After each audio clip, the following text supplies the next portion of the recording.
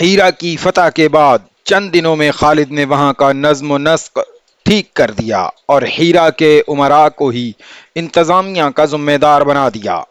میرے بھائیوں، خالد نے اپنے سالاروں سے کہا، میرے پاس وقت نہیں کہ میں یہاں بیٹھا رہوں، لیکن نظم و نسق کی بحالی بہت ضروری ہے۔ اس سے زیادہ ضروری ہے کہ نظم و نسق کو اس بنیاد پر ٹھیک کیا جائے کہ اس سے لوگوں کو فائدہ پہنچے، وہ سکون اور اطمینان محسوس کریں کہ ان کے جان و مال اور ان کی عزت و آبرو کو تحفظ حاصل ہے۔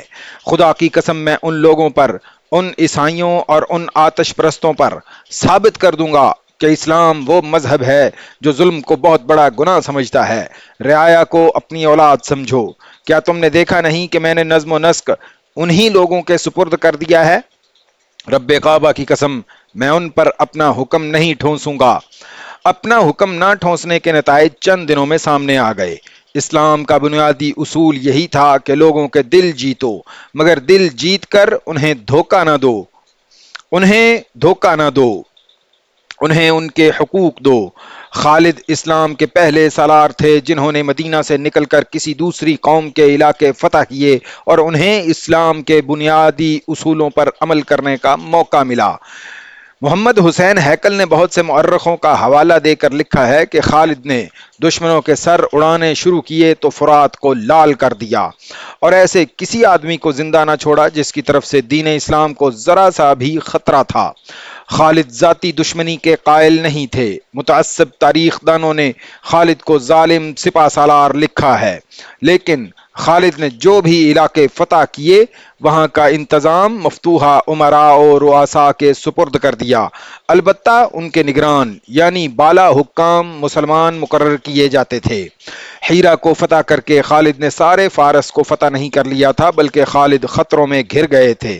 آتش پرست ان پر چاروں طرف سے حملہ کر سکتے تھے۔ اگر بڑے پیمانے پر حملہ نہ کرتے تو شب خون مار مار کر مسلمانوں کی فوج کو نقصان پہنچا سکتے تھے، لیکن آتش پرستوں نے ایسی کوئی کارروائی نہ کی۔ اس کی کئی اور وجوہات تھیں، جن میں ایک یہ تھی کہ مفتوحہ علاقوں کے لوگ مسلمانوں کے سلوک سے متاثر ہو کر ان کے حامی اور معاون بن جاتے تھے۔ ہیرا کے نواحی علاقے میں دیر ناطف نام کی ایک بستی تھی جو عیسائیوں کی بستی کہلاتی تھی۔ وہاں بہت بڑا گرجا تھا جس کے پادری کا نام سلوبابن نستونا تھا۔ وہ عیسائیوں کا مذہبی پیشوا نہیں، ان کا عسکری قائد بھی تھا۔ فارس کے عیسائی للکار کر مسلمانوں کے مقابلے میں آئے تھے اور مسلمانوں کی تلواروں اور برچھیوں سے بری طرح کٹے تھے۔ ایسے عیسائیوں کی تعداد خاصی کم ہو گئی تھی جو لڑنے کے قابل تھے۔ بوڑھے زندہ رہ گئے تھے یا عورتیں زندہ تھیں۔ سلوبا بن نستونا اکثر کہا کرتا تھا کہ مذہب صرف ایک زندہ رہے گا اور یہ عیسائیت ہوگی، نہ زرتشت رہے گا نہ مدینے کا اسلام۔ اس نے اپنے وعظ میں کئی بار کہا تھا، سب مٹ جائیں گے اور زمین پر یسوع مسیح کی حکومت ہوگی۔ ہیرا فتح ہونے تک لڑنے والے ہزارہا عیسائی مٹ گئے تھے، باقی مسلمانوں کے ڈر سے بھاگ کر ادھر ادھر جا چھپے تھے۔ ان کے سرکردہ افراد نے پادری سلوبابن نستونا کے ساتھ رابطہ رکھا ہوا تھا۔ سلوبا نے کوشش کی تھی کہ عیسائیوں کو یکجا اور متحد کر کے مسلمانوں پر شب خون مارنے کے لیے تیار کرے، لیکن عیسائیوں پر مسلمانوں کی ایسی دہشت بیٹھ گئی تھی کہ وہ شب خون اور چھاپا مار جنگ کے لیے تیار نہ ہوئے۔ مقدس باپ۔ ایک رات ایک نامور جنگجو عیسائی شمیل بورزانہ نے پادری سلوبابن نستونا سے کہا، کیا تم اس بات پر یقین رکھتے ہو کہ گرجے کی گھنٹیاں اور تمہارے واز اس تباہی کو روک لیں گے جو ہماری طرف تیزی سے بڑھی آ رہی ہے؟ نہیں، سلوبا نے کہا، میرے واز اور گرجے کی گھنٹے اب اس تباہی کو نہیں روک سکتے۔ پھر تم ہمیں اجازت کیوں نہیں دیتے کہ ہم مسلمانوں کی فوج پر ہر رات شب خون ماریں؟ شمیل بورزانہ نے کہا، مدینے کے مسلمان جن نہیں، بھوت نہیں، انسان ہیں، ہماری طرح کے انسان ہیں۔ شمیل، پادری سلوبا نے کہا، بے شک وہ انسان ہیں لیکن تمہاری طرح نہیں۔ میں نے ان میں کچھ اور ہی بات دیکھی ہے۔ وہ فتح کا عزم لے کر آئے ہیں۔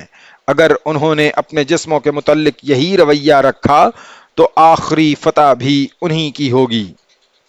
مقدس باپ۔ شمیل نے کہا میں جسموں والی بات نہیں سمجھا، سمجھنے کی کوشش کرو۔ پادری سلوبا نے کہا یہ لوگ جنہیں کسرا ارد شیر عرب کے بدو کہتا رہا ہے جسمانی آسائشوں اور لذتوں کو قبول نہیں کرتے۔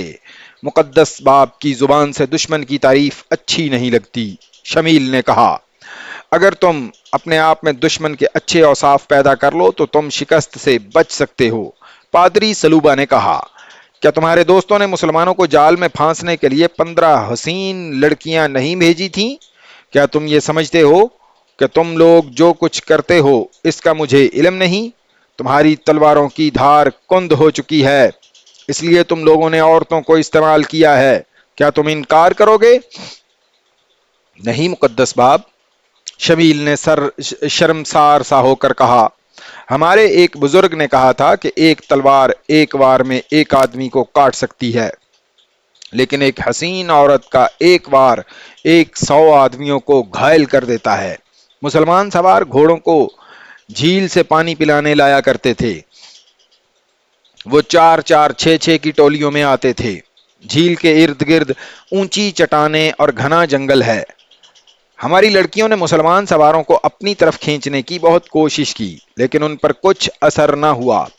ہماری بعض لڑکیاں نیم برہنہ ہو کر انہی چٹانوں کے پیچھے چلنے کے اشارے کرتی رہیں، لیکن ہوا یہ کہ بعض سوار منہ پھیر لیتے اور بعض ہنس پڑتے تھے۔ اور مجھے یہ بھی معلوم ہے شمیل، پادری سلوبا نے کہا کہ تم لوگوں نے مسلمانوں کے گشتی سنتریوں کو بھی پھانسنے کی کوشش کی تھی، اور تم لوگوں نے یہ بھی سوچا تھا کہ مسلمانوں کے سالاروں کو اور خالد بن ولید کو قتل کرنے کے لیے لڑکیوں کو استعمال کیا جائے۔ ہاں مقدس باپ، شمیل نے کہا ہم نے ایسا سوچا تھا۔ پھر اس سوچ پر عمل کیوں نہ کیا؟ اس لیے نہ کیا کہ جس فوج کے سپاہیوں کا کردار اتنا مضبوط ہے اس کے سالار تو فرشتوں جیسے ہوں گے۔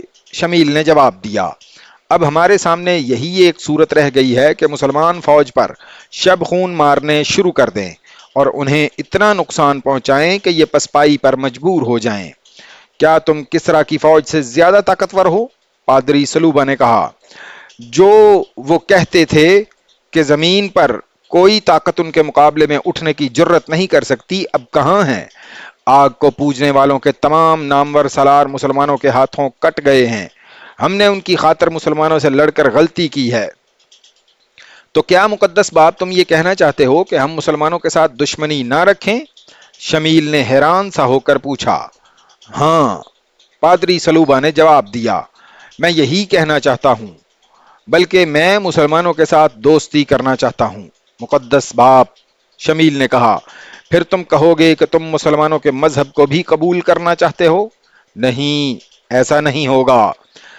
پادری سلوبا نے کہا جب سے ہیرا پر مسلمانوں کا قبضہ ہوا ہے میں یہی دیکھ رہا ہوں کہ ان سے ہمارے مذہب کو کتنا کچھ خطرہ ہے۔ میں نے دیکھ لیا ہے کہ عیسائیت کو کوئی خطرہ نہیں۔ مسلمان اپنا مذہب قبول کرنے کی دعوت دیتے ہیں، وہ زبردستی اپنا مذہب مفتوحہ لوگوں پر نہیں ٹھونستے۔ کیا انہیں معلوم نہیں کہ یہاں ایک گرجا ہے جس میں مجھ جیسا جہاں دیدہ اور مذہب پر مر مٹنے والا پادری موجود ہے؟ انہیں معلوم ہے شمیل، میں گرجے میں آنے والے عیسائیوں کے ہجوم میں 2 اجنبی آدمیوں کو دیکھتا رہا ہوں۔ میں نے ان کے گلوں میں صلیبیں لٹکتی دیکھی تھیں، وہ ہر لحاظ سے عیسائی لگتے تھے، لیکن میری دوربین آنکھوں نے بھانپ لیا تھا کہ دونوں مسلمان ہیں، اور وہ مدینے کے نہیں فارس کے رہنے والے ہیں۔ وہ ولید کے بیٹے خالد کے جاسوس تھے۔ میں اپنے واز میں محتاط رہا۔ مقدس باپ، شمیل نے کہا اگر تم مجھے اشارہ کر دیتے تو وہ دونوں زندہ واپس نہ جاتے، پھر اس گرجے کی اینٹ سے اینٹ بچ جاتی۔ پادری سلوبا نے کہا عقل اور جوش میں یہی فرق ہے شمیل، تم میں جوش ہے اور میں عقل سے کام لے رہا ہوں۔ میں تم لوگوں کو مسلمانوں پر شب خون مارنے اور لڑنے کی اجازت ہرگز نہیں دوں گا۔